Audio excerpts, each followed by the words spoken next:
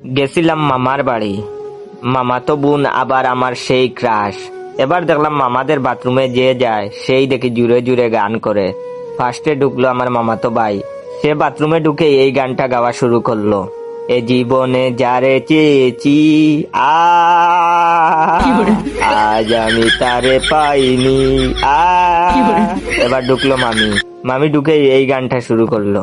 দিলবার দিলবার ओ दिलबर दिलबर होश ना खबर है एक कैसा आचार है तुमसे मिलने के बादे दिलबर। এবার ঢুকলেন মামা, মামা ঢুকে এই গানটা শুরু করলেন। নাচ মেরি রানী নাচ নাচ নাচ মেরে রানী।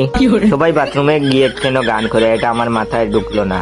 এবার দেখি আমার চাপ লেগে গেল, আমি তাড়াতাড়ি বাথরুমে গিয়ে লক করে দিলাম, কিন্তু গান গাইলাম না, যেহেতু এটা আমার ক্রাশের বাড়ি। আমার বেসুরা গলায় গান শুনলে ক্রাশ দৌড়ে পালাবে, তাই চুপচাপ নিজের কাজ করতে লাগলাম। এবার কিছুক্ষণ পরে দেখি পুঠাস করে দরজাটা খুলে গেল, সামনে দাঁড়িয়ে আছে আমার ক্রাশ। সে হা করে তাকিয়ে আছে আমার দিকে, মনে হয় ভূত দেখে ফেলেছে। এই বুঝি মাথা ঘুরে পড়ে যাবে। এতক্ষণ পরে বুঝলাম এরা সবাই বাথরুমে গিয়ে কেন গান করে। আসলে বাথরুমের দরজার লকটা নষ্ট ছিল।